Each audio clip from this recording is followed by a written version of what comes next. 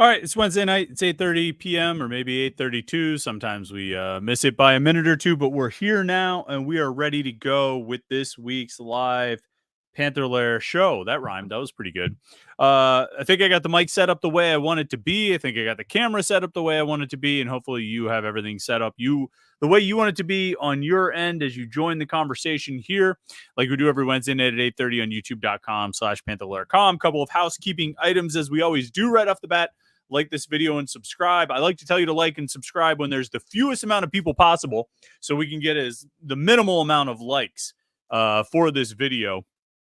I don't wait until like we have the max numbers and everybody's here around like 9 o'clock or quarter after 9 when those numbers start to go up. I like to tell you right at the beginning when everyone's just sort of creeping in and just barely getting started, and we have our smallest numbers available. I like to tell you to like and subscribe so we don't really get that much interaction. That's a good way to do a call to action. I think. I don't know. I'm trying to read a lot about how to YouTube better. But anyway, like and subscribe. Check out the website Panther-Lair.com, Pittsburgh.rivals.com for all the coverage of Pitt sports, football, basketball, and recruiting. Of course, we had lots of coverage out of the game against Kent State on Saturday, I believe, and we'll confirm with him. The Jim is going out to Cincinnati on this weekend to cover the Pitt Cincinnati game in person. I'll be covering it live from the Panther-Lair Studios here in Western Pennsylvania. And then, of course, we'll have the live show after the game a little bit later in the evening, probably around 7 or 8 o'clock at night. I'm not going to go right after the game. Got some other things going on in the afternoon. Plus, I like doing it a little bit later. We do it at 7 o'clock, 8 o'clock. It's like Panther-Lair After Dark. I always like doing those post-game shows. And if you want to make sure you don't miss the post-game show, if you want to make sure that you know when the post-game show starts, because like I say, I don't have an exact start time yet, the best way to do it is to click that subscribe button, turn on notifications so you get an alert sent right to your phone whenever we go live. Just like tonight, like we started at 8:32, right? And so if you had notifications turned on, you knew when we went live, but you also probably already know that we go live at 8:30, so there's no real need to dig into that. Anyway, Pitt beat Kent State in the season opener, as you are well aware. Good game for the Panthers all around. I think offense lived up to expectations. I thought passed with flying colors. Not too many negatives as far as that goes, but we'll certainly talk about the positives and negatives there. Defensively, defense I'm really kind of wrestling with. I talked about this on the morning Pitt today, this question of whether Pitt's defense was good enough against Kent State. It sort of felt like they weren't, but by the numbers they were. So I think I think with the defense, more than just sort of an overall defense was good, defense was bad, it's more about individual units. I think the linebackers played pretty well. I thought the secondary was okay. And I think the defensive line has to do more. I think they have to get better push up front against the run and the pass. And that's going to be the case this week against Cincinnati, where the Bearcats can run the ball, and they ran it quite a bit and had some really explosive runs against Towson last week. But they also, the quarterback, Brendan Sorsby, threw for almost 400 yards. Only 2 touchdowns, but he threw for a ton of yards. And so this is a Cincinnati offense that at least for one game looks like they can attack through the pass and the air more than last year's team could or did. Last year, obviously, they ran the ball against Pitt a lot. And it's going to ultimately be a challenge for the defensive tackles. I think just like it was last year, it's going to be a challenge. It's probably a hyperbole to say this game's going to be decided in the interior. Pitt's interior offensive line against Cincinnati's defensive tackles and vice versa. But it sure feels like a whole lot of the game is going to be decided there, whether it's in the run game or in the pass. So should be an interesting challenge. It'll be a good challenge for Pitt's defensive tackles and a good challenge for Pitt's offensive guards and center to see how they can hold up. I think a lot of the game could come down to that. And last week I said I thought the under was the smart play. That was a bad call since Pitt hit the over all by themselves. This week I'm saying I think the over is the smart play because I think both of these defenses had some vulnerabilities and have some vulnerabilities that could be potentially exploited by the offenses. So I think this is a game that'll, the last time I looked, I think it was like 59.5. Let me double check that real quick. It's up to 62.5. Holy cow. It opened at 58.5. It's up to 62.5. I think everybody seems to think the over is the the way to go. So now maybe I'm changing my mind because I never like to see the public being really in favor of something. Certainly not moving the line 4 points on the over under. So now I might have to change my mind. I don't like being with the public, not that much of the public, being over that far. 62.5. I still think. I feel like there's going to be a lot of points scored. I really do. I mean, I'm interested to see this Pitt offense with a new kind of challenge facing a tougher defense. But I think they're going to move the ball.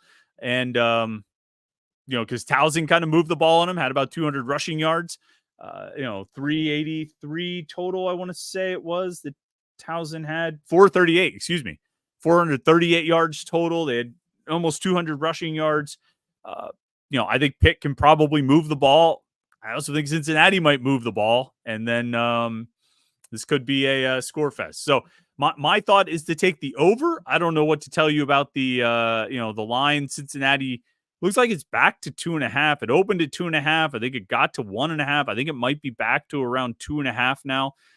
For Cincinnati, obviously put them on a neutral field, it would be Pitt minus 0.5. You put them at Acrisure Stadium, it'd be Pitt minus 3.5.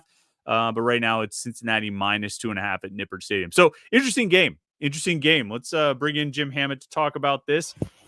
Panther-Lair.com. Jim, Bill Connolly put out his S&P Plus rankings and projections and it was like, I think when he put it out yesterday, I think it was, the Pitt Cincinnati game had like the lowest margin of victory of any game. It was like 0.7 points favoring Cincinnati, but it was 0.7. No other game had, I think there might have been one that was 0.8, but of all the games that are scheduled for Saturday, that was the, so it really sort of feels like this is a pick'em game.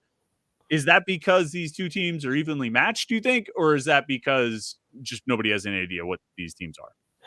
Yeah, I kind of get the sense that nobody quite knows what's happening with either team just yet. I mean, I think that's kind of how I feel about Pitt because, like, you and I have been writing about this game, the Kent State game since Saturday. And, like, I feel like crazy sometimes where I have to say, yeah, but it was Kent State. Yeah, but it was Kent State. Like, I've had to do that like a million times in anything I've, written this past week. But, like, yeah, I mean, like, Pitt looked really good, but yeah, it was Kent State. So like that, I think that's kind of where, the money's going. So I've seen it. It was like +3. Now it's +1 and the over under has been going up and down. And yeah, I mean, it kind of makes sense. And, kind of on that topic, someone sent me a tweet today and they said, teams with the most projected one score games remaining on the schedule. And I think Pitt was on the second tier. Like they're in line for like 8 one-score games. So yeah.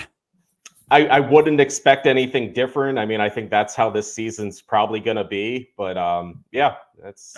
Yeah. I think it's just nobody has any idea about anybody. Like I was today, I was just kind of jotting down some notes about Cincinnati, right? So quarterback transfer, right? Came in from Indiana. Leading running back came in from Ohio State. I think their top 7 receivers, like top 7 pass catchers in that game, were all transfers, either came in this year or last year. 7 out of the 9 guys who actually caught a pass in their game against Towson were all transfers.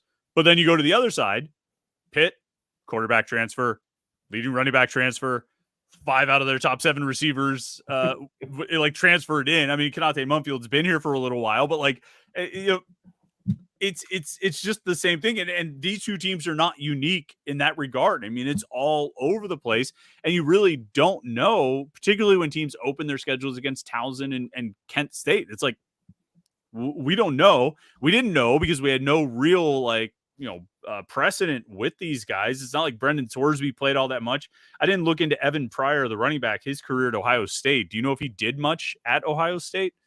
No. Have you looked into him at all, or? Yeah, like I think like less than 100 yards rushing in 2 or 3 seasons in Columbus. Yeah. So, it's just, oh yeah, he had 40 carries in 2 years. Yeah. And it looks like he didn't even play in 2022. So 40 carries, 1 touchdown. And then he goes 4 for 105. These stat lines from this game against Towson were ridiculous for the running backs, at least. Like Evan Pryor, the Ohio State transfer, 4-star guy coming out of high school, class of 21, I guess it was. 4 carries for 105 and a touchdown.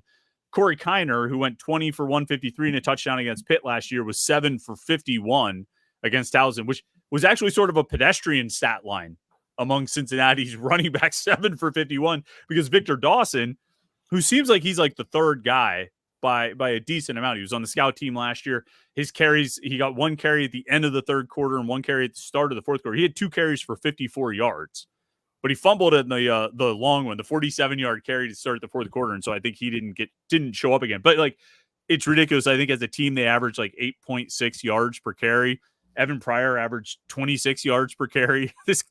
Victor Dawson averaged 27. Like, so these ridiculous numbers. You wonder, you like to see them do it on a little more consistent basis. But it's kind of funny that how they were running and the numbers they put up. But it's just guys coming in with not a lot of history. Brendan Sorsby, the quarterback, I guess he played a bit at Indiana. He started like 7 games last year and then went into the transfer portal. So there's a little bit of history there. But Xavier Henderson, Joe Royer, like, these are guys who put up some big numbers against Towson after transferring in, presumably not playing much of their previous schools. You just don't know. And these are just the offensive skill guys, right? I know they have most of their offensive line back, but I haven't looked in their defense. Have you looked at what kind of transfer situation Cincinnati has on defense? Is it similar? They have a lot of guys that are new this year from what you've been able to tell? Yeah, I mean, I did post a little bit of a preview on Cincinnati, and like I actually included all these guys, like their rivals profiles, and like very few of them actually signed with Cincinnati, like, which kind of goes along with what we're saying. But they did add Jared Bartlett. He was a linebacker. He played at West Virginia, so Pitt should be a little familiar with him. He played the past 2 seasons there. So even on defense, but I mean, obviously the big news with Cincinnati on defense, of course, is Pat Narduzzi breaking injury news and saying that Dante Corleone's going to play this week. And I think the next day at the Cincinnati press conference, Scott Satterfield confirmed that. But yeah, I mean, Corleone's their best player. I mean, he's their top NFL draft prospect. He is going to play on Sundays. He's really good. He was really good last year. So yeah, I mean, I think, the offense. Yeah, I mean, I think it reinvented itself a little bit whenever Satterfield got here last year. He obviously went hard on the transfer portal, but I mean, I still think when you look at their defense, there's still some fickle guys, and like some of these guys that were actually on those really good Cincinnati teams, or at least some of those guys that were recruited by Fickle. So, I mean, I think you're still getting a blend of both coaching staffs and both talent levels. So, I mean, I think although Cincinnati wasn't picked high in the Big 12, like they still have good players. Yeah. Yeah, I mean, they went 3-9, like they weren't good last. So it's something. So like, yeah, I think they do have good players. I think you're right, but the guys that are returning were on a bad team last year, and the guys that are new, I don't really know. Now, I mean, like, you could say the same thing for Pitt, right? And maybe that's what makes this game such a tough call. It's like, well, the guys who are returning went 3-9 last year, and the guys who are new, you have no idea. Who knows how Desmond Reed's going to translate from FCS? Who knows how Eli Holstein's going to translate in his first game? And obviously, those guys, I mean, like, transfers who got on the field for Pitt, right? Eli Holstein, obviously, Desmond Reed, obviously. Both of those guys were good. I thought CJ Lee and Poppy Williams both played well. I thought those guys looked good. Jake Overman proved himself to be useful and serviceable. Key Thompson, I thought, was good. I thought Nick James had a nice game. Maybe not all that productive, but I thought he had a pretty nice game. Nate Matlack had a sack, although, he was okay. Timon Lynham, I thought, played pretty well. I thought he had a good game. So I feel like Pitt's transfers who got on the field on Saturday acquitted themselves nicely. I thought it was a pretty good game for the transfers. Am I forgetting? I mean, Chief Borders played. He had 2 tackle assists. Who else? Matlack, James, Anthony Johnson played. He had a tackle assist. Am I forgetting somebody? Starting center, Lyndon Cooper. Yes. Good call. I mean, important position. If Dante Corleone is coming back, I mean, that's an important guy, because it didn't work out so hot for Jake Cradle last year. Playing against Cincinnati. Do you think, like, it's a hyperbole and it's an exaggeration, but I mean, like, a whole lot of this game, I think, is going to come down to that battle right up the middle on both sides for both teams, of the interior linemen and the defensive tackles, and whether Pitt's defensive tackles can make an impact and push the pocket and get into the backfield, and whether Pitt's interior offensive linemen can hold up against Corleone. Now, last year it was Corleone and Juwan Briggs, right? Because it wasn't just Corleone, and Briggs is gone now, right? Correct. Am I right about that? Okay, so that should be a positive, right? Like that should work. It shouldn't be as challenging as it was last year. And Corleone was also coming in not having practiced at all, right? His first practice was like yesterday. Now he might be staying in shape and all that, but I mean, still, it's I guess there could be like an amazing story where he comes in and has 4 sacks after not practicing other than for 3 days. But you have a guy who has been out of it for a while, and you lost the other guy. Maybe that challenge won't be as tough up front. But do you like? Are you with me that a lot of this game is going to come down to what happens right there in the center?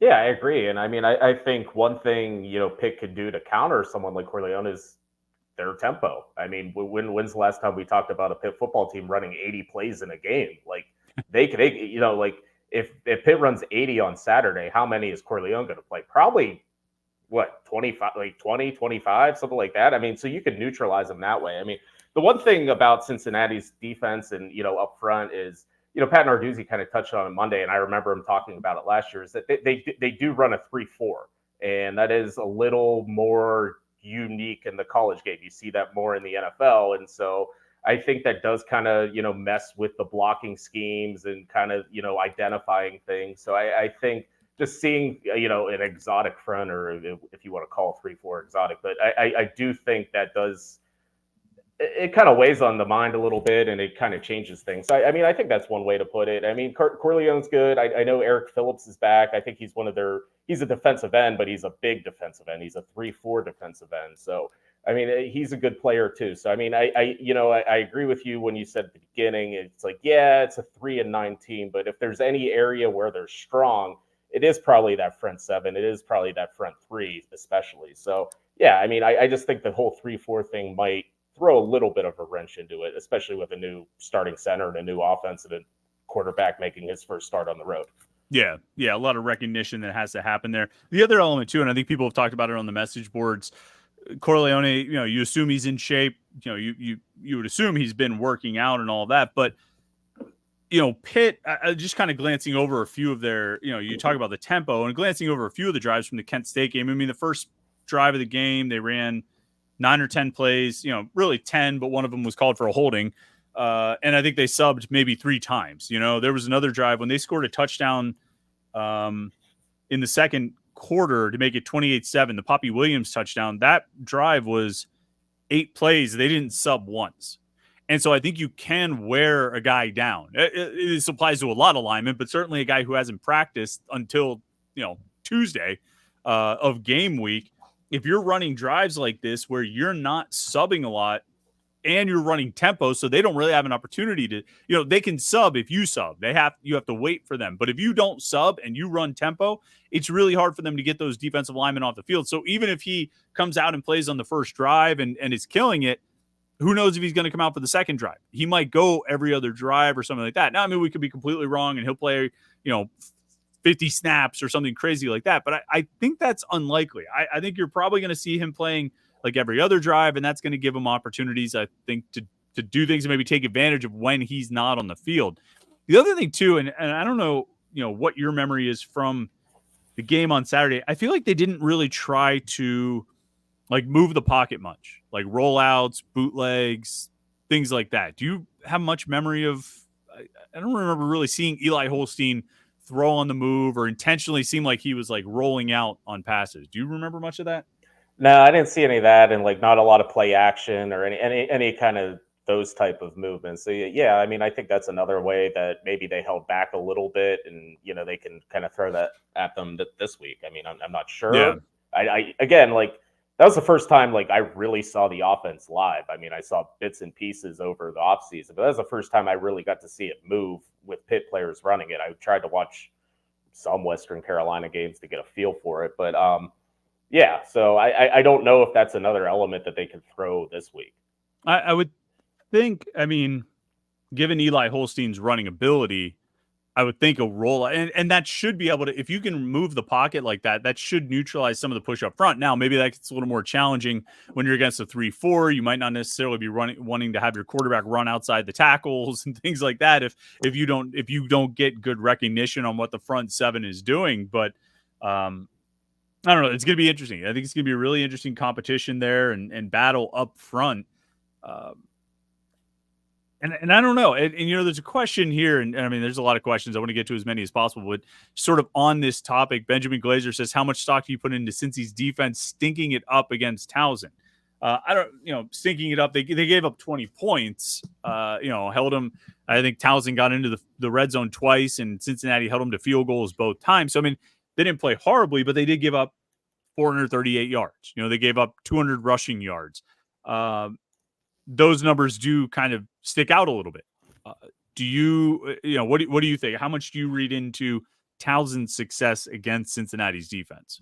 I don't know. I mean, like whenever I kind of went over the game and started reading about it and looking into it, I mean, Cincinnati was up 21-3 after the first quarter, and Cincinnati scored on its first 3 drives. So, like, when it was a game in the first quarter, Cincinnati kind of controlled it. Then I don't know if it was the typical, like, what Pitt does from here. Sometimes it's, okay, we're up 21-3. We can just kind of sit on it and probably win the game and don't have to give too much. So I can't say that I sat down and watched the entire Cincinnati game, but just looking at the numbers and kind of guessing at what happened, it's like they got a comfortable lead and they kind of just sat on it. I mean, it was a scoreless fourth quarter. I mean, that's just typical of what a Power 4 team would do against an FCS team. It's like, all right, we know you can't beat us. We'll just kind of sit on the lead and we'll just kind of sit on you. So, I mean, yeah, they got some yards, but I can't put too much stock into it because I don't know how intense Cincinnati's defense was once they kind of got that early lead. Yeah. It was an interesting sequence. Like I said, that Victor Dawson fumbled on maybe like the first carry of the he had like a 47-yard carry at the beginning of the fourth quarter, fumbled at the end of it. Towson got the ball back. They started driving. They fumbled. But on the fumble recovery and the fumble return, they forced another fumble. So they actually got the ball back. So on the drive chart, it shows back-to-back Towson possessions because technically Cincinnati took possession of the ball when they recovered the fumble, but they never actually got their offense out there because Towson forced another fumble. But I mean, I don't know. It seems like, the kind of game where an FCS team couldn't get out of their own way. They had all those yards, but they were only 5 of 17 on third down. I mean, second half, field goal, punt, turnover, and downs. I mean, just not a lot that they couldn't really get out of their own way. They couldn't really sustain drives. And that just kind of comes back to our original point that we really have no idea about Cincinnati or about Pitt, what we think of them. What was your verdict on Pitt's defense? I keep going back and forth about this. The numbers tell one story. Watching it sort of felt differently. But then when I look at the numbers, I'm like, why did I even feel that way? They give up 212 yards of offense. They give up 31 rushing yards. They had 5 sacks, allowed 3 third down conversions. I thought there was one other. They had 2 turnovers, like 3.2 yards per play. So, like, why did I come away from it feeling like, I don't know, their defense showed some holes? I don't know. I mean, I think it was that drive to start the second half where, Kent State moved the ball pretty comfortably. And, overall, Kent State had 2 75-yard drives. So they also had 220 yards of total offense. So on, I think it was 11 or 13 possessions. So on the other 11 possessions, they only had 70 yards of offense. I mean, they barely moved the ball at all. So I don't know. I mean, I guess there were some concerns about that drive to start the half. And it was funny because Pat Narduzzi was very animated about it in the post game. And he kind of said the same thing on Monday. He was like, I don't know what they were doing. I was really mad about that. And I don't know, the way his tone was, it was like they all seemed like correctable errors. So, yeah, I mean, I think when I look at this defense, and I've kind of felt that all along, is like they're very young in a lot of spots. I think there's a lot of talent here. They might not be great at the beginning of the season, but they'll kind of get better at the end of the year. So I don't know. I mean, I look at that game. If, Kent State had the ball 13 possessions, they were really good for 10 or 11 of them. So, yeah, I don't know why everyone kind of walked out of that game thinking like, the defense had a lot to prove. And even talking to the players after the game, they kind of said the same thing. Like Kyle Lewis, Brandon George were like, oh man, like we weren't that good. Like we were good, but we weren't that good. Like, so like, I guess that was kind of the feeling there, but I don't know. I thought they got a lot of penetration with the defensive line. A lot of tackles for loss. I mean, Kent State's quarterback took a beating. Their running back couldn't really get any lanes going. I mean, there's a couple big plays here and there. But for the most part, I mean, I saw a lot of things on defense that I was kind of hoping to see, or wanting to see from them. I mean, I thought the linebackers flew around. I thought Kyle Lewis looked great. I thought the cornerbacks held their own. I mean, the one passing touchdown was kind of more on a safety on a weird slant route. It wasn't on the corners. So I thought the corners played well. And so I wanted to see a little bit more from the pass rush, but I don't know. I think that could come and go. Yeah, I think that was probably my biggest concern. And Narduzzi, about that, the one touchdown you're talking about, that slant, he said that PJ O'Brien tried to undercut it, tried to make a play. It wasn't really that he was out of position. It was PJ O'Brien on both touchdown catches. But the first one, the one going, as we're watching it to the left, he tried to undercut the route and pick it off. And, Narduzzi was basically like, that's cool, but you better make sure you actually undercut the route and pick it off. Don't just undercut the route and miss the ball, because now that guy's running free by himself and he scores a touchdown as it happened. Whereas if you didn't try to undercut the route and make a pick, you just would have made a tackle and not given up a touchdown. And so that's one of those okay, you were trying to be aggressive, but was that really the best time to be aggressive? And if you're going to do it, you better make sure you're actually going to get the ball, because that's truly an all or nothing kind of decision. The second one, everybody seems to say that they thought the ball was bouncing, that it was bobbling, that it wasn't really caught on the touchdown. I actually haven't gone back and rewatched that play. Have you? Mm-mm. Everybody seems to indicate or think that he didn't catch it cleanly. It was PJ O'Brien again. I think there were some missed tackles out there. Kyle Lewis had a game-high 10 tackles, but he also had a game-high 4 missed tackles, according to Pro Football Focus, which kind of tracks. I think I remember seeing him whiff on a few tackles in the game. It's kind of natural. I think, it's not too surprising to see some missed tackles in the first game when, try as they might in a scrimmage against their own teammates. It's different when somebody else in a different team is trying to make you miss, and I think they experienced a bit of that. Even Donovan McMillan, I think, had some whiffs in there. He only finished with 4 tackles on the game. And it's funny too. I mean, you talk about all the drives where they didn't go 75 yards for a touchdown. I think there were 8 3-and-outs, and almost every one was 3 plays minus 3 yards, 3 plays minus 2 yards. They had all these negative yardage drives, and those are good things. I mean, that's what you're supposed to do. I think my biggest concern is just up front. Unlike you, didn't feel like they got a lot of pressure up front. I didn't think they got a lot of push from the defensive line. And that was my biggest concern coming into the game. And it's my concern again now, particularly as they go against more talented group. Kent State, I think, had all their offensive linemen back from a year ago, but Cincinnati does too, and I think they have more talented linemen. And so I'm a little concerned up front. I mean, I thought Sincere Edwards looked good. I thought Nick James did okay. Isaiah Neal a little bit. Nate Matlack, I know he had a sack, but I wanted to see more sort of consistent pressure from him. I'm not sure I really saw it. So, but I guess you said you felt you liked what the defensive line did. You felt good about those guys? I mean, especially against the run at the very most. I mean, I would say, yeah, the pass rush left a lot to be desired, but I mean, there was a lot of tackles for loss. There was a lot of whenever Kent State was committing to the run, the whole line of scrimmage was collapsed. And that's what you would expect. That's kind of what you want if you're the ACC team playing the MAC team. But yeah, I mean, the pass rush definitely, there were times, it felt like Matlack wasn't doing a whole lot. I mean, his sack didn't come till, I don't know, it might have even been the 4th quarter when that happened. And it was, what was it? Was that, trying to think what Which that one? The Matlack sack? Matlack sack. Oh, that was the intentional grounding, wasn't it? It's not like he didn't even get his hands on him. He was just he came barreling down and the kid just threw the ball away. Yeah, actually, yeah, you're right. Yeah. Actually, I think you would think I would write down grounding, but what was that? That was later in the game, right? It was late in the and I'm gonna there it is. Yeah, it was grounding. I didn't write down who got it, but yeah, I think you're right. That was the Matlack sack. So losing 7 yards. Yeah, I mean, you want to see someone come flying in and hit the quarterback, and that was just one of those. Is the quarterback just threw the ball away the second he saw Matlack having a free lane at him, but. I'm going to give myself credit. I remember calling that one out in the press box.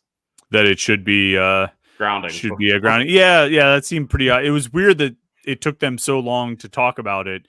and decide that it was grounding because it seemed pretty obvious. You They had to have were right. It they had seemed to pretty have obvious. a conference to throw the Yeah. flag. They dropped the flag like a couple minutes later. Yeah, like Kent State was already huddled, like already at the line of scrimmage. Like I think they were lined up about to run a play, and those three guys were standing over there discussing it. So, yeah, and that was the same drive when Kent State lined up for a punt with 12 guys on the field. So, first game, got to work some things out. Voodoo IPA wants to know: does Yarnell see any playing time on Saturday? I would say only in a blowout or a complete, absolute disaster or injury by Eli Holstein. Yeah, I mean, I think the whole idea of there being two quarterbacks is done. I mean, we always tell everyone to not take the depth chart seriously, but I would take it seriously with the quarterback position. I mean, Eli Holstein's the number one quarterback, and that's how they're going to approach this game. I mean, he's only coming out if he's injured, not performing well, or pits up a lot. Do you think it was the pass to Kenny Johnson? Was that the moment you were like, yep, that's it. Quarterback competition's over. Or the touchdown? It might have been the touchdown. I mean, it was pretty. I think it was in the first half. I might have tweeted something. I was like, "Yep, no, he's the quarterback. This is it." Like I can tell right away. And everyone in my mentions yelling, "Oh, you haven't even seen Yarnell yet." I was like, "Nah, I kind of know what's going to happen here. Like this guy's the quarterback." Do you like? There's still a sentiment that Nate Yarnell didn't get a fair shake, didn't get a fair chance. You agree with that? In the game Saturday, or for the competition for the job? I don't know what they're referring. I think they're referring to the game on Saturday. I think they're saying that like, oh, Yarnell should have had an opportunity to do more against Kent State to show what he could do. Maybe it could have been better than 75% completions for 336 yards and 3 touchdowns and a pick. I mean, he got the whole fourth quarter. And it actually is like I remember like thinking to myself, I'm like, why are they throwing the ball? Like you already like had like a lineman or two go down. Like let's just run the ball here, get the game over with. Like, why is the clock stopping every 2 seconds to give Nate Yarnell more passing opportunities? But I don't know. I mean, Nate Yarnell had a whole offseason and stand to reason he was the leader in the clubhouse for most of it. So he had a fair shake at this job. And it's a long season, and I think he recognizes that, and I think everyone does. I mean, Pitt has needed 3 starting quarterbacks in each of the past 2 seasons to get through a year. So yeah, I mean, I think Nate Yarnell knows as well as anyone that his opportunity is a play away. I mean, he did have 2 drives in the fourth quarter, but one of them he went he only threw 2 passes, but it was a 5-play, 55-yard drive for a touchdown, right? Mm-hmm. And he had a 16-yard pass to Sincere Lee, which was nice, and then a pretty nice fade pass to Poppy Williams. And so it's not like he played poorly. Mm-hmm. So did he get a fair shake? Or are you just basing it on the offseason? That if he would have created more separation, he never would have put himself in this position. That's kind of how I feel. I mean, I think all along, like I kind of felt like Nate Yarnell was going to be the starter. I think you did too, but I think somewhere maybe in the second, third week of training camp, like that tune started to change a little bit. But I don't know. I mean, like within the game itself, I think once Thursday before the game happened and they kind of said Eli's going to start, I think once you made that decision, once you made that public, he was the starter, and you have to approach the game that he is going to be the starter. You have to let him throw an interception and come out and get the next drive. Like you don't want to give him a short hook. So I don't know. I mean, both quarterbacks played. That's exactly what they said was going to happen. But I don't know. I think you have to let your starter get the majority of the reps. And I think if it was Yarnell who had been named the starter for that game, it would have been every 2 series competition rotation, I think. If the fact that it was Holstein, meaning Holstein had passed Yarnell to the point that he earned the start, made me feel like going into that game, it was Holstein's job to lose. And so he comes out and he's dynamite. He's 5 of 5 for 74 yards on the first drive. Throws a beautiful pass to Kenny Johnson and hits Kanate Mumfield for a touchdown. And that's why I really felt like at that pass to Johnson, I was like, think that might be it, because it was his job to lose, and he just went out and decidedly didn't lose it. He looked pretty great. So, yeah, I don't think we see Nate Yarnell on Saturday, barring any of the. I don't think we see Nate Yarnell on Saturday in any kind of like intentional, structured way. I think we see him if one of those situations unfolds. William Schroeder says, I know it's just one game, but I was impressed with how well the offense and the special teams were coached, and I just see that getting even better after getting some games in. Special teams, I thought, was an adventure a little bit. Poppy Williams and Kanate Munfield, or not Poppy Williams, Desmond Reed and Kanate Munfield both made the same decision. Worked out great for Desmond Reed, worked out horribly. Both of them led to touchdowns. Just one for each team. Like, I can't praise Desmond Reed for that decision. That was a bad decision. Like, period, point blank, 100% bad decision. He should not have tried to catch that ball off the bounce. Outcomes be damned. Like, the ends do not justify the means, because if you do what he did 10 times, it's only going to work out the way it did one time. And the other 9 are going to be a mix of him either getting hurt or fumbling like Kanate Munfield did. Right? Like, that was not a justifiable decision. And actually, we talked to Jacob Bernowski, the tight end special teams coordinator, yesterday. And he never once like drew a connection between those two. He talked about like Kanate Munfield was talking, was apologetic, and I understand he was just trying to make a play. Pat Narduzzi said that too. I don't know why those guys both just say it. That was a bad decision. Don't they have a two bounce rule. You're not allowed to play it once it bounces twice, but you can play it off the one bounce. Okay. Kanate Munfield actually, I think, made a better decision than Desmond Reed, because there wasn't a wide or a defender this far away from his face when he caught the bounce. Right? Like, Reed's decision was indefensible, wasn't it? Yeah, I mean, looking at the two plays, like the bounces, like Reed's was worse. It was 100% worse, and I mean, that's just him being fast and making the play. And I thought the other funny thing about that punt return is, they got a punt return, but that was with the starting defense on the field. Like, if you look, it's like Jimmy Scott's down there, like running and blocking for him. Like, it's not a return team. It was just Desmond Reed caught it, made a bad decision, caught it off a bounce, and is just faster than everyone on the field and outran everyone. There was no structure to it. There was like that is not the group out there that was supposed to be blocking for him. It was punt return safe. We'll stick Desmond Reed back there, and hopefully he makes a smart decision. He didn't, but it worked out. I mean, like, if the guy just tackles him, like Reed only had the opportunity to showcase his speed because that guy didn't tackle him. The guy who was literally on top of him when he caught the ball did not tackle him. Somehow bounced off him. But you're right. Narduzzi said that. They had their base defense out there. They had the safe defense just, I guess, to protect against a fake or something. It wasn't even a return. So, terrible decision. Don't ever do it again. Because, again, if he does it 10 times, the other 9 times, he's going to get hurt or he's going to fumble. And neither one of those is a good outcome. Would you keep him back on punts at all, Jim? Or would you, given how important he is now, especially with Rodney Hammond out, and when he's shown what he can do offensively, are you putting him back there to take even one more hit than he has to on offense? Yeah, I'm starting to lean in the direction of not having him on special teams just because he's so important on offense. And I think we said the same things about Izzy Abandakanda. And I think sometimes he would be back there for kick returns, but not all the time. And I mean, he's huge to this offense. He opens up the entire offense. You would have to believe there's some defensive back, some receiver, some backup running back that could at least catch a punt. So, I mean, I always get to the point where, like, I'm not even entirely sure I want Kenny Johnson back on kick returns either. I mean, like, for how important he is on, like, they're arguably their 2 best offensive players. I don't know if I want them on either return.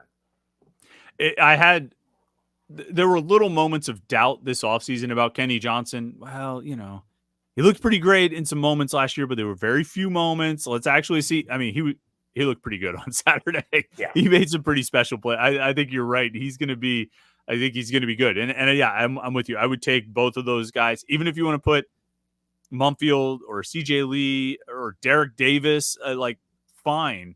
And there are other fast guys in the facility. I don't even know if we're allowed to look at it. I don't think we're allowed to cast our eyes upon this TV screen that every now and then flashes the fastest players, fastest recorded MPHs in the game. And Desmond Reed actually is not, I don't think he's even in the top 5. So there are other guys on the team who are really fast. If they can catch the ball reliably, put them back on punt return, get him out of there, because he currently leads the ACC in rushing yards per game. Did you know that? I mean, I did. Yeah. I mean, as he should. I mean, 145 yards, it's pretty high total. But yeah, I would get him out of there. All right, more questions here. Beach Dante says, "What's up, Chris?" Not much, man. What's up with you? William Schroeder says, "If Eli turns out to be the real deal, do you think you'll have a weekly podcast with him like you did with Kenny?" I hope so. I don't know. Those things are expensive. Voodoo IPA says, "Is there fake snow in Cincinnati on Saturday for another snowball fight leading to a mascot arrest?" I was just thinking about this. That is one of... So I have 3 favorite memories of going to Nippert Stadium. That's one of them. In 2010, the mascot gets arrested for throwing snowballs at the fans. That's great. Another favorite memory of going to Nippert Stadium, the end of that game, we're in the post-game press conference. That's 2010, a season with plenty of points of misery. They got embarrassed by Miami on national TV. They got embarrassed by West Virginia on national TV. They had an embarrassing loss at Notre Dame where they tried to fake punt, and it was just embarrassing. And then they go to UConn, with the Big East championship hanging in the balance. I don't think Pitt would have won the Big East championship if they won that game, but they would have kept themselves in the hunt for it. And Randy friggin' Edsall lines up for a 4th and 1 from his own 27 in the 4th quarter. Like the ultimate, my you-know-whats are bigger than yours, to Dave Wanstead. He's like, I'm going to line up on 4th and 1 in my own territory with a lead in the 4th quarter. And if you can stop me, great. You'll go win the game. But I don't think you can stop me. And they didn't stop him. I mean, so it was that kind of season. Nobody felt good about that season. And that's the final game. But because they beat Cincinnati, they clinched a share of the Big East championship. And these guys even made rings for themselves for clinching a share of the Big East championship. They didn't get the BCS bid. They didn't get to go to the Fiesta Bowl or wherever it was. I think it was Fiesta Bowl. But they made rings. But I remember in the postgame, Dave Wanstead, coaching what ultimately turned out to be his final game as Pitt's head coach, sort of defiantly pointing out that they were Big East champions. And I don't think anybody even had the heart to be like, buddy, dude, you're sharing the Big East title with maybe 2 other teams. It might have been UConn and West Virginia. Wait, what year was this? 2008? 10. Oh, 10. Okay. Yeah. 2008, they actually won at UConn in the finale and got their invite to El Paso. These poor SOBs from El Paso were in Hartford, Connecticut for the regular season finale. They're freezing, although El Paso is not very warm either. But they went into the post-game locker room. They're like, "Gentlemen, well, you're going to El Paso," and all the players had to cheer like they were excited about it. But anyway, 2010. They end the season. This is when the Bearcat gets arrested, and Dave Wanstead sits in there and just defiantly is like, "We are Big East champions," and it was kind of sad. But my favorite memory of Nippert Stadium, and then we can move on to more questions. This is great. I thought it was hilarious. 2008, it would have been, or maybe it was 2006. It might have been. It was the first time Pitt played out there with Cincinnati as a member of the Big East. So it would have been 2006, I guess. And we go out there. We're in the press box, pregame and all that stuff. And Paul Zeiss is covering Pitt at that point.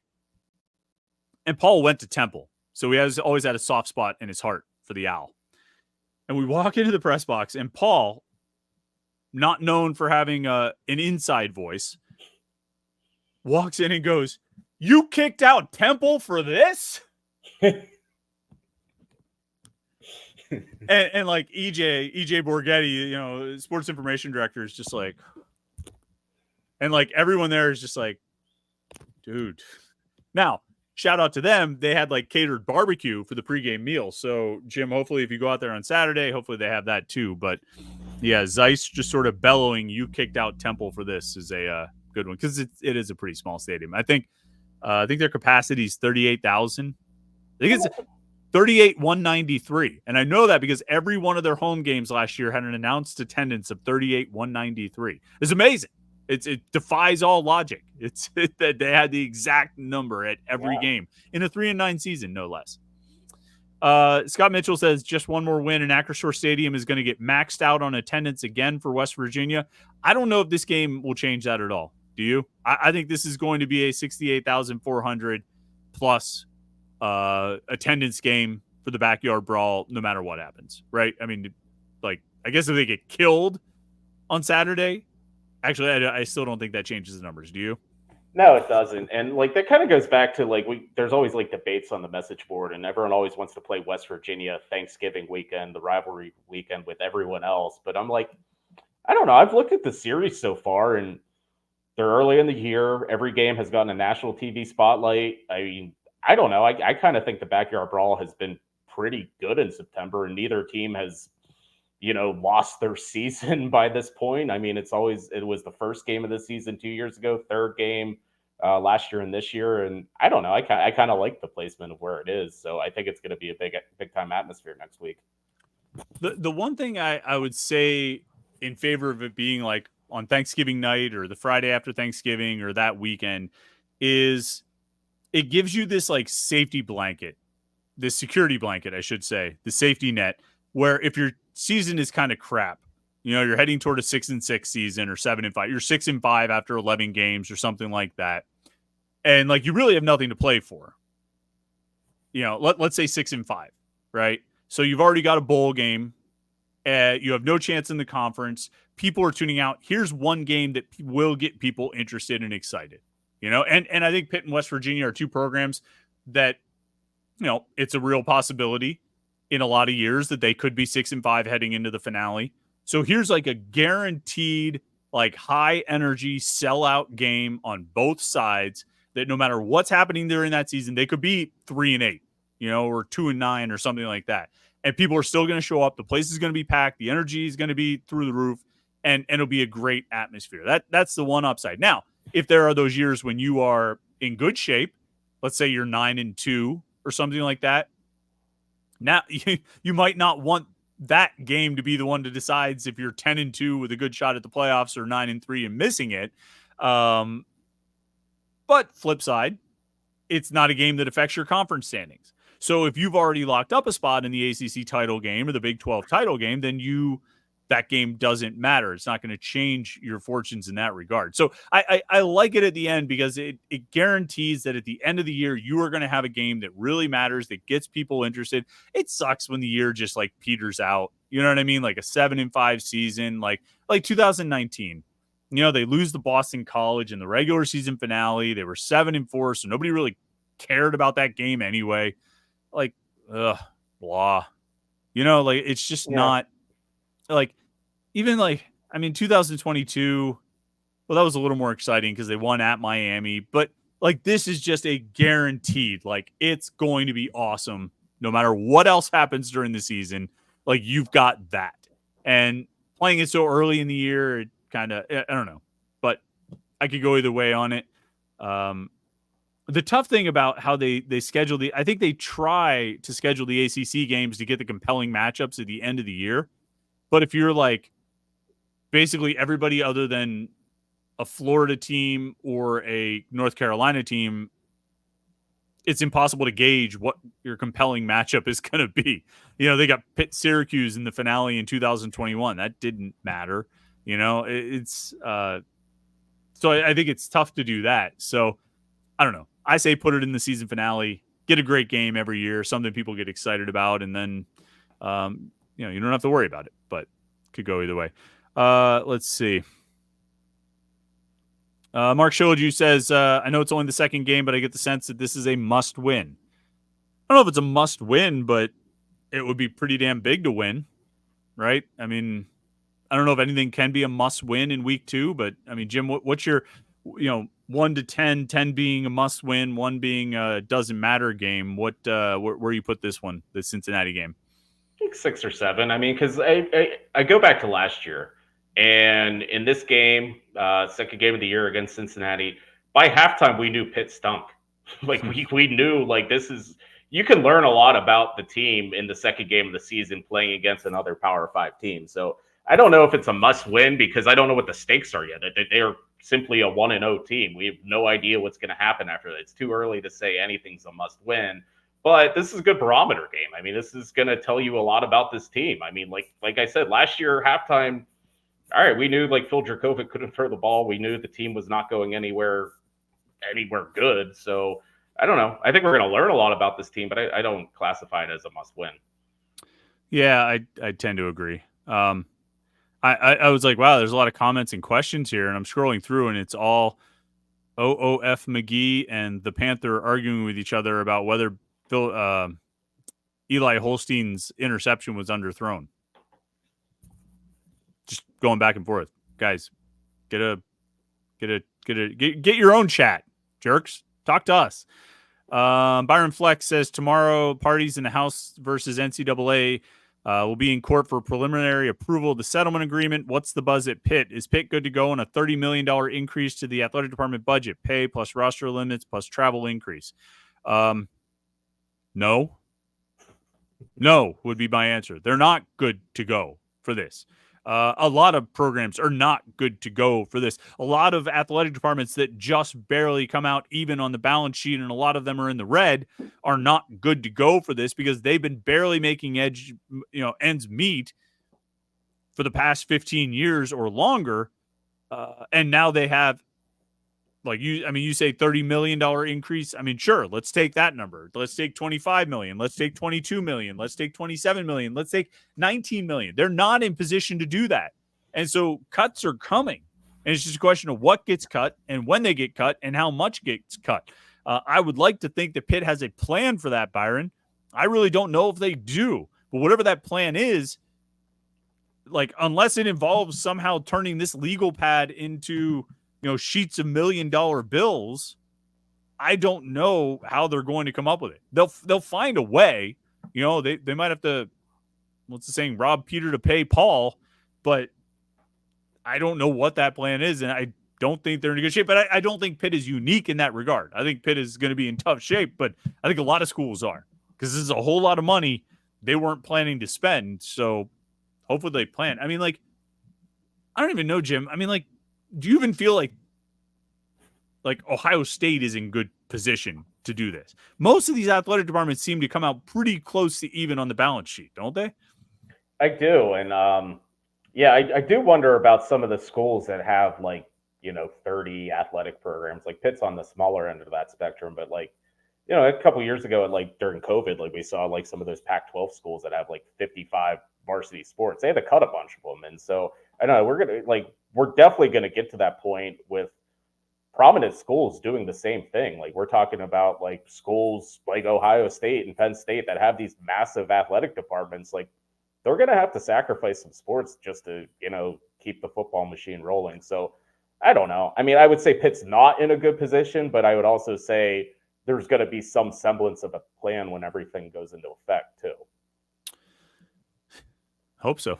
I mean, maybe. I hope so. Hey, last week at this time, we were talking about, an athletic director, and they still have an athletic director. So they do.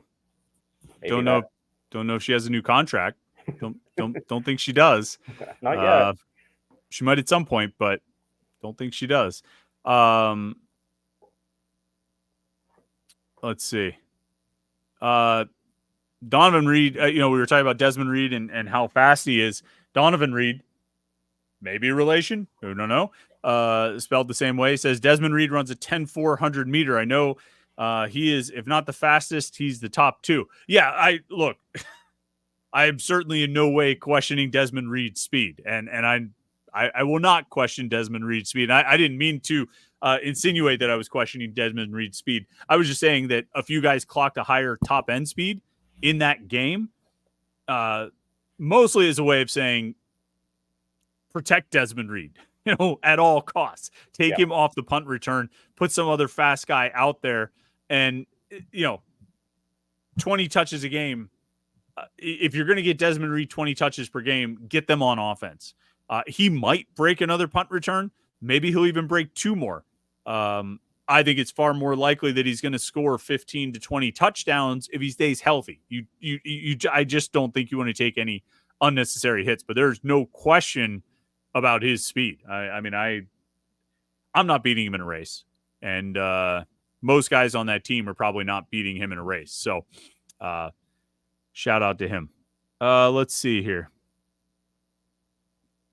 Eric Lilly, here we go. Bearcat fan says, been watching your stuff the past week or so, and I love the coverage. I think this game seems like a toss-up, and it'll come down to which team protects their quarterback better. I sort of agree with Eric. I almost would say it in a different way. It'll come down to which team can get to the other team's quarterback better, which is sort of saying the same thing. But I think it's I think both offenses are probably going to make plays, and so which defense can make one more play than the other?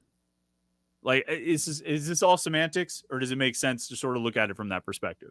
No, I get what you're saying. I mean, like, you want to make the other quarterback uncomfortable. I mean, yeah, obviously you need to protect your quarterback. That's kind of the goal of every team, of every game. But, like, yeah, one more sack, one more tackle for loss, one forced fumble, one, disrupt the time and get an interception. I mean, I think that's going to be the difference in the game. I mean, I think the line's low for a reason, and I'm expecting a close game. So all it might take is, Sincere Edwards applying a little bit of pressure and forcing an interception like he did on Saturday. I mean, that could happen, and that could be the difference in the game. I mean, we were talking about two quarterbacks. Like, Sorsby's at least played a little bit, but he's still new to Cincinnati, and obviously Holstein's new to college football, new to Pitt. So, yeah, like we said at the top of the hour, it's everything is we just don't know. And I mean, we're going to learn a lot about both of these teams and throughout the course of the game. I mean, it's a hard game to kind of predict. I mean, it just is. Yeah.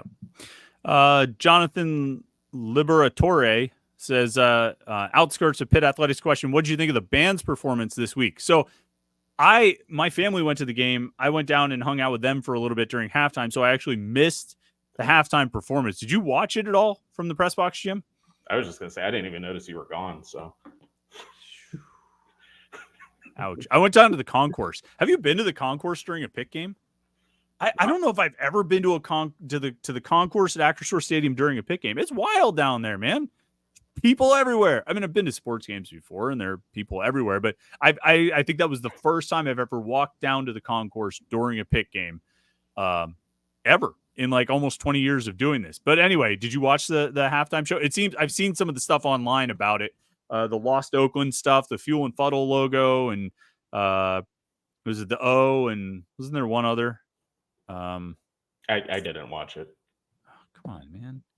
Have you seen some of what they did? I mean, yeah, I saw some of it, but I was working. I was looking up stats and all kinds of stuff. You weren't. What did you do with them once you found them? I didn't see anything. You didn't tell me any good stats when I came back. So anyway, I thought there were like 3 places they commemorated. I don't know what kind of music they used, but it seems like it was really cool, a cool idea. And shout out to them for being sort of topical and not just being like, we're playing hits from Karate Kid and, or something like that. So yeah, I thought that was pretty cool. I'm going to there's some good questions here. I just want to get through real quick. Mark Shillaju says, earlier in the week, you mentioned that Ryan Jacoby may be injured this week. What is his status going toward the end of the week? Has he practiced this week? That's something that I would be killed if I said to you. So we're not allowed to talk about injuries, Mark. All I know is dude came out of the game with help, didn't look good coming off the field, and that's a concern. I don't know what's going to happen. It's bad if they don't have him. It'll be better if they do. Mark also asked any official word as to why Hammond is ineligible this season. No official word. A lot of rumors. Jerry asked for clarification. Yeah. And he got a stern no. Narduzzi wouldn't offer it. So a lot of rumors out there. They are findable if you look for them. They're on the message boards, they're on social media and things like that. I'm not going to go that. I'm not going to dive into the rumors here. Byron Fleck follows up on the question about the House settlement. Isn't anybody asking the athletic director what the hell Pitt's plan is to cover the fallout of the House versus NCAA? Can't we know, if nothing else, is there a plan or not? So I actually looked all this up. Last November 2023, roughly 10 months ago, Heather Lyke released a short emailed statement to the Post-Gazette as to questions about Pat Narduzzi's future. Prior to that, in August, she did an exclusive with the Post-Gazette, like a one-on-one where they followed her around and talked for a bit. In April of 2023, we sat down with Heather Lyke so she could unveil plans and updated plans for the Victory Heights project, a session in which she did not expect to take questions. And when she was asked about things like her contract, she seemed almost taken aback. Those were the last times we have spoken to the athletic director. So when you say, Byron, isn't anybody asking the athletic director what the hell Pitt's plan is to cover the fallout of House versus NCAA? My answer to you would be, I would love to ask her those questions, but we are not given the opportunity to do so. And so, yeah, I would like to. There's a million questions I would like to ask Pitt's athletic director, and not even any of them have anything to do with Northwestern. Although I'd like to ask about that too. We don't get access. She stays hidden.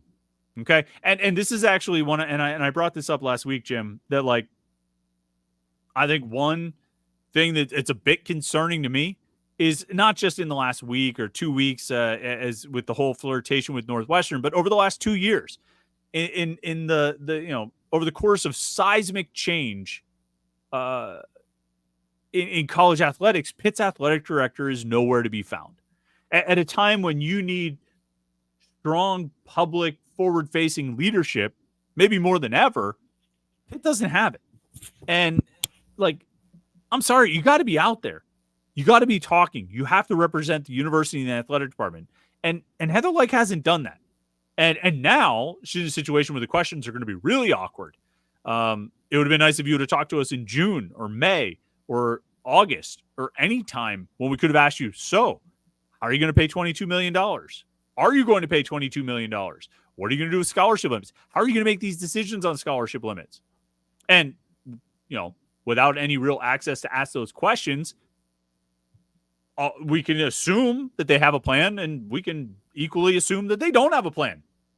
So, like, believe me, Byron's expressing frustration, but I think I'm even more frustrated about it than he is, Yeah, I mean, I think I've sat down across from Heather Lyke in an interview like 3 or 4 times since I've been working. Like, it's very few and far between. I think one was to announce a women's lacrosse program. Another was she happened to be at the bowl game a couple years ago and sat down with like 3 of us. Like, that was like one of the few times I've ever actually had a chance to interview her. So these are great questions to ask, and maybe someday we'll get to ask them. Yeah. Scotty Lip says the other thing they commemorated was Dave and Andy's, but supposedly Dave and Andy's is coming back. So, I saw that, yeah. I mean, and I think they announced that maybe before the band did its show. I'm not sure. They actually should, the Pitt band, I was going to try and say they should commemorate homefieldapparel.com, but I mean, of course they wouldn't do that. That'd be a terrible segue. But I'm going to commemorate homefieldapparel.com because they have some of the best Pitt gear that you're going to find online. Homefield has been making college sports gear for a couple years now. It feels like it's been a long time because the stuff has been really sweet for a really long time. Pitt fans have been loving the stuff they get from Homefield. The shirts, the sweatshirts, the hats, the koozies, the jackets, the just about anything. But the hats and the sweatpants, the joggers, but the hats and the sweatshirt, or the shirts and the sweatshirts are so soft, so cool. The designs are so good. And they're made on the highest quality material. It's really the best product you're going to find if you want to look good at Pitt games this season, celebrating Pitt and showing your Pitt pride or pride in any school you want, because they have a lot of them on there. You got to go to homefieldapparel.com and check it out. You will find a design you like, and probably more than one. And once you get the shirt or the sweatshirt or whatever it is you order, you'll say, wow, this is really high quality stuff. I'm really glad to have this. Best of all, we're going to give you a special discount right now. Use the promo code PIT24 and get 15% off your first order at homefieldapparel.com. Promo code PIT24, 15% off your first promo code or your first order at homefieldapparel.com. Jonathan Libertori says they had it in the show that Dave and Andy's is reopening. See, Jim, you could have told me this if you were paying attention. I don't believe you were looking at stats. I was fighting to get Derek Davis like 3 yards, and I think I eventually got it for him. Oh, God, this is not a good use of time, Jim.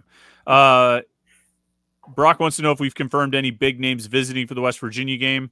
Not yet. I don't even know if kids. Matt Sieg will be there. Okay, that's a big one. I haven't gotten further down the list, but I would think most of the big Whitfield guys, but I know Matt Sieg will be there. Yeah, we'll get there. Let's see. Pauly Shore says, can you tell EJ that we want to interview quarterbacks, wide receivers, and running backs? LOL, no disrespect, but it seems like we never get those guys. Well, so the quarterback you're right. We haven't talked to the quarterbacks since media day. Nate Arnell and Eli Holstein both came out for media day. I thought that we might. Oh, and we talked to Eli Holstein after the game. I thought we might get Eli Holstein during the week this week. That didn't happen. I don't know why not. I wish it had. But we do talk to wide receivers and running backs all the time. I'm trying to remember who came in this week. It was Kenny Johnson. Ben Sauls.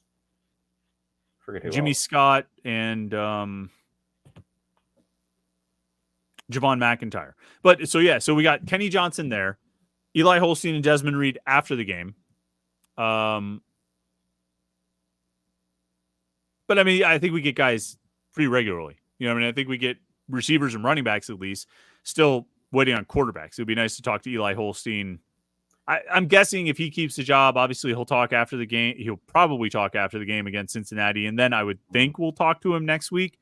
That would be cool. But well, last year we didn't get the quarterback after the games. Actually, the past 2 years, that was actually kind of a frequent occurrence. Not getting the quarterback after the games? No. Well. Yeah, well, there was reasons, I think. I mean, yeah. For 4 years, Kenny Pickett talked after win or loss, 8 yards passing or not. He always faced the media, but he did. Last year's quarterback did not always do that. Yeah, I don't know if Djokovic probably talked after the Wofford game, right? I think Wofford and Cincinnati. Cincinnati is whenever he said it was like BS, everyone was booing him or something. Then I think that was the last time we ever talked to him. Yeah, that's right. But we talked to him at his pro day in March. That's right. And then Vair talked after the Louisville game. I don't remember any of the others. Obviously, Yarnell talked after Boston College, but it doesn't matter. Got Eli Holstein after the game. Hopefully we get him some more. We'll see. All right, let's wrap it up there, Jim. I appreciate it. Went a little bit past 9:30, but a lot of good questions in there. And Byron Fleck got me fired up about stuff because he was fired up about stuff. So that was fun to talk about. Listen, everybody, like this video and subscribe, youtube.com/Panther-Lair.com, so you don't miss any of our Pitt video content. Remember, we'll be live after the game on Saturday. So if you subscribe to youtube.com/Panther-Lair.com, turn on your notifications, you'll get an alert when we go live. You won't miss the post-game show. Jim will be out there in Cincinnati with lots of coverage, video, and as well as on Panther-Lair.com. So check out the website, Panther-Lair.com, Pittsburgh.rivals.com to get all of the Pitt sports coverage you can possibly handle. Like and subscribe. We'd appreciate that. Jim, thanks for your time tonight. Thanks, everybody, for tuning in the comments and the questions. It was a good time. Have a great rest of the Wednesday night. We will talk to you tomorrow morning for the morning pit and then the live show after the game on Saturday right here, youtube.com/Panther-Lair.com.